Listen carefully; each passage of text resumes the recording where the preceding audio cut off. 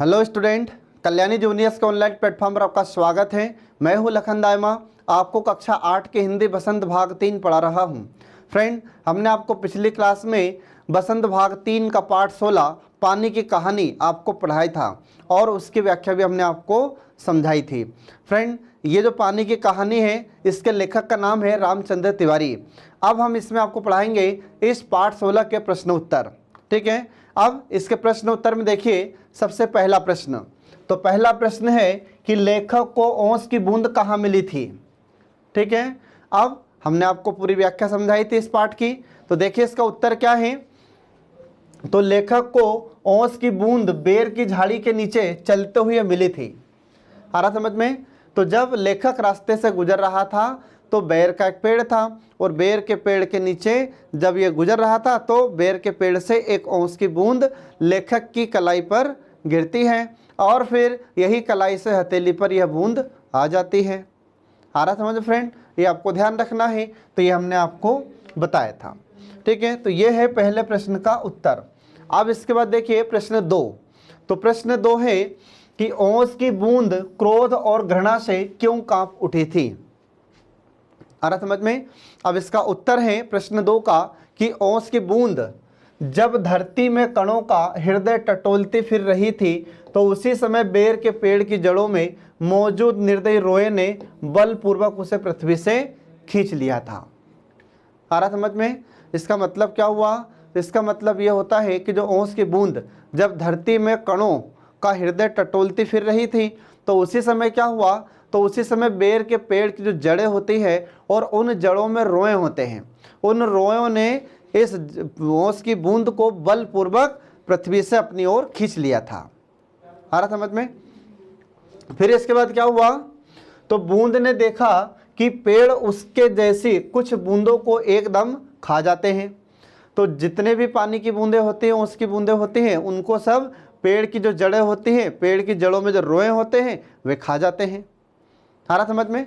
इसके बाद फिर और अधिकांश का सब कुछ छीनकर उन्हें बाहर निकाल देते हैं और जितनी भी बूंदें होती हैं उनका जो खनिज तत्व होता है उनको चूस लेते हैं, उनके खनिज लवण को ग्रहण कर लेते हैं और बाकी फिर इसको छीनकर बाहर कर देते हैं। आ रहा समझ में? तो ये सब देख रही थी कौन? ओस की बूंदें। इसके बाद फिर देखिए कि उस पेड़ को बड़ा बनाने के लिए उसके ही असंख्य बंधुओं ने अपने प्राण नाश किए हैं। मतलब कि जो पेड़ होता है तो पेड़ को बड़ा करने में किसकी महत्वपूर्ण भूमिका होती है? जल की होती है। आ रहा समझ में? और जल में भी तत्व पाए जाते हैं और इन्हीं तत्वों के कारण, इन्हीं पोषक तत्वों के कारण पेड़ वृद्धि करता है। आ रहा समझ में? तो जो बूंद थी वह सोच रही है कि ये जो बेर का पेड़ है इसने पता नहीं मेरे जैसे और कितने असंख्य बंधुओं का नाश किया है, उनका प्राण लिया है, तब जाकर ये बेर का पेड़ इतना बड़ा हुआ है। इसके बाद फिर स्वयं बूंद भी पेड़ की जड़ से पत्तियों तक पहुंचने के लिए 3 दिन तक लगातार सांसद भोगती रही थी। आ रहा समझ में?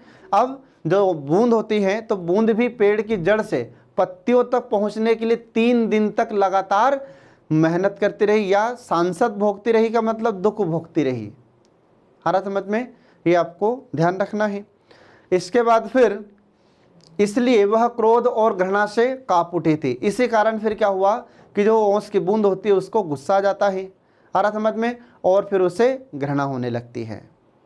ठीक है फ्रेंड, ये आपको ध्यान रखना है। इसके बाद फिर देखिए प्रश्न तीसरा। अब प्रश्न तीसरा है कि हाइड्रोजन और ऑक्सीजन को पानी ने अपना पूर्वज या पुरखा क्यों कहा था। आ रहा समझ में? ये आपको ध्यान रखना है। अब हमने आपको समझाया था व्याख्या के समय कि जो पानी था, पानी की बूंद थी, उसने हाइड्रोजन और ऑक्सीजन को अपना पूर्वज क्यों कहा था। तो चलिए इसमें उत्तर देखिए इसका। तो देखिए इसका उत्तर कि बहुत ही या बहुत दिन हुए हाइड्रोजन, हाइड्रोजन मतलब हाइड्रोजन, और ऑक्सीजन मतलब ऑक्सीजन नामक गैसें सूर्यमंडल में लपटों के रूप में विद्यमान थी। बहुत वर्ष पहले की बात है कि जो हमारा सूर्य होता है या सौरमंडल होता है, इसमें हाइड्रोजन और ऑक्सीजन ये गैसें विद्यमान थी और इनके कारण बड़ी बड़ी लपटें उठ रही थी या लपटें विद्यमान थी। लपटों का मतलब होता है ज्वाला। ठीक है, इसके बाद फिर एक अन्य बड़े पिंड की आकर्षण शक्ति के कारण या के फलस्वरूप सूर्य का कुछ अंश टूटकर अलग हो गया। अब एक दूसरा पिंड था जो सूर्य के पास से गुजर रहा था और उस पिंड के कारण क्या हुआ कि सूर्य का कुछ भाग टूटकर अलग हो जाता है। इसके बाद फिर देखिए कि यह टूटा हुआ भाग एक ग्रह बना जो ठंडा होता चला गया और जो भाग उससे टूटकर अलग हुआ था यही भाग धीरे धीरे धीरे धीरे ठंडा होता चला गया और फिर यही क्या है, तो यही वर्तमान में हमारी पृथ्वी है। फिर इसके बाद में पृथ्वी पर धीरे धीरे धीरे धीरे इसे हाइड्रोजन और ऑक्सीजन से जल का निर्माण शुरू हो गया। आ रहा समझ में। इसके बाद फिर हाइड्रोजन और ऑक्सीजन की रासायनिक क्रिया के कारण उनका प्रत्यक्ष अस्तित्व खो गया।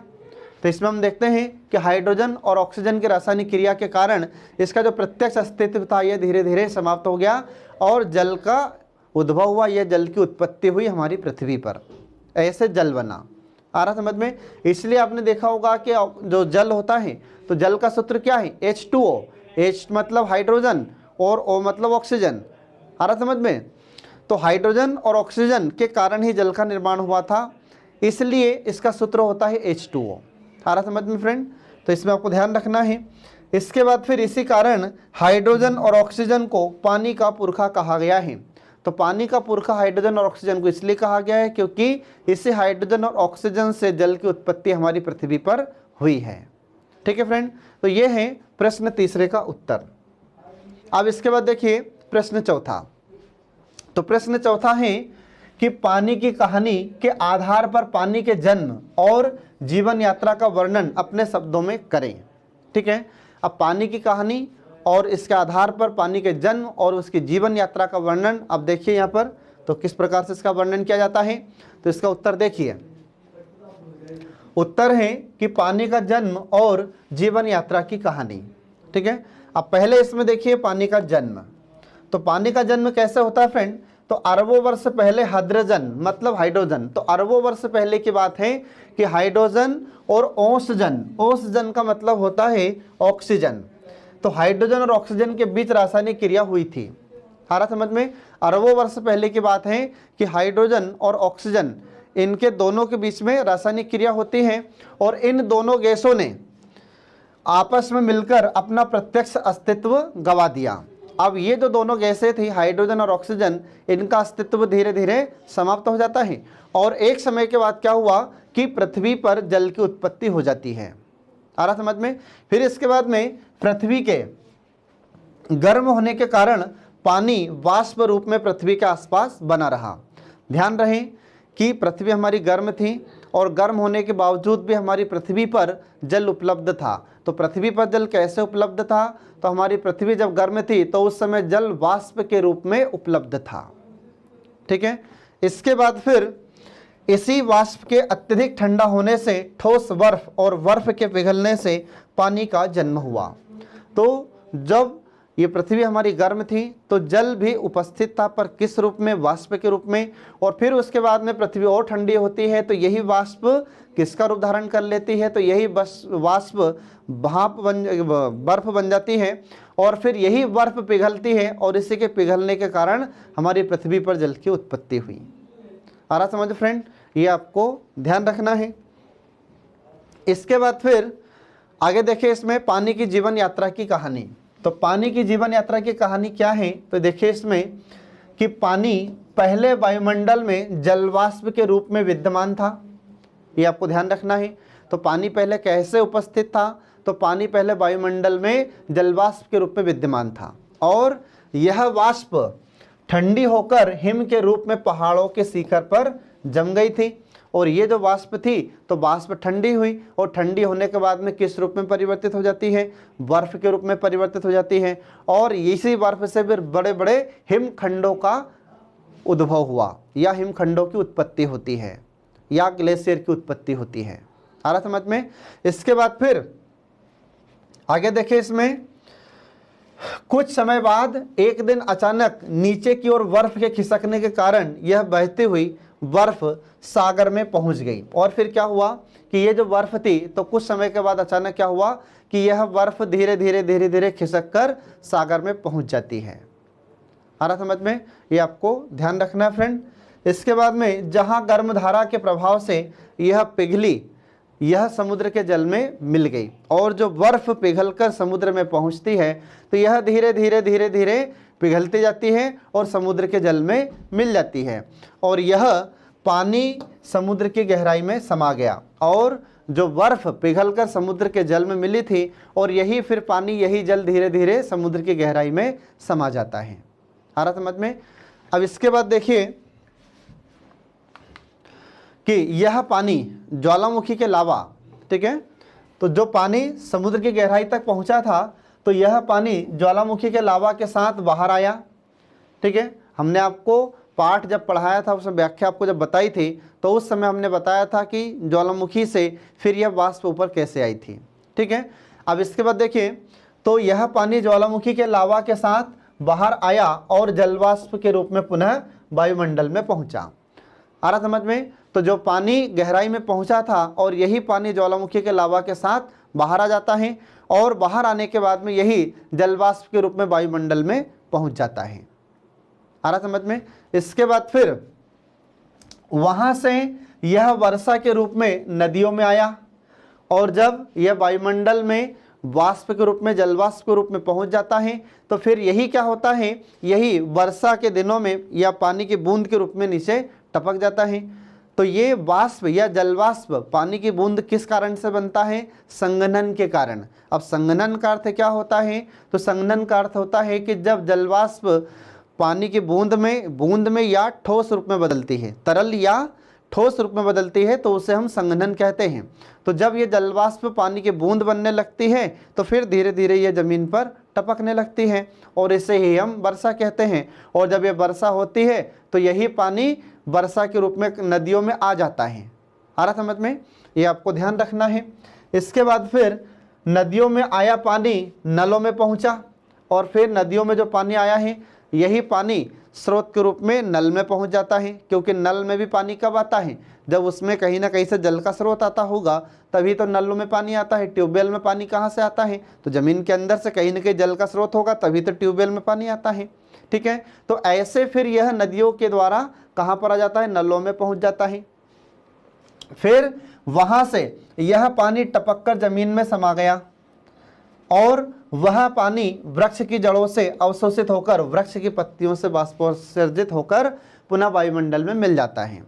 अब जो पानी नल में आया था तो यही पानी फिर नल से बाहर निकल कर कहाँ पहुँच जाता है? वृक्ष की जड़ों में पहुँच जाता है, और वृक्ष की जड़ें इसको अवशोषित कर लेती हैं, और फिर कुछ समय के बाद में जो वृक्ष की पत्तियाँ होती हैं तो वाष्पोत्सर्जित होकर यह पानी पुनः वायुमंडल में मिल जाता है। आ रहा समझ फ्रेंड? तो ये इस प्रकार से यह पानी की यात्रा होती है। तो इस प्रकार से हम देखते हैं कि यहाँ पर प्रश्न चौथे का उत्तर समाप्त हो जाता है। अब इसके बाद देखिए प्रश्न पांचवा। तो प्रश्न पांचवा है कि कहानी के अंत और आरंभ के हिस्से को स्वयं पढ़कर देखिए और बताइए कि ओस की बूंद लेखक को आप बीती सुनाते हुए किसकी प्रतीक्षा कर रही थी। ये पांचवा प्रश्न है। अब इसके बाद देखिए इसका उत्तर क्या है। तो इसका उत्तर है कि पाठ के अंत और आरंभ पढ़ने से यह ज्ञात होता है कि ओस की बूंद लेखक को आप बीती सुनाते हुए सूर्य की प्रतीक्षा कर रही थी। आ रहा समझ फ्रेंड? तो ये पांचवें प्रश्न का उत्तर है, ठीक है। इसके बाद देखिए प्रश्न छठवा। अब प्रश्न छठवा है कि समुद्र के तट पर बसे नगरों में अधिक ठंड और गर्मी क्यों नहीं पड़ती।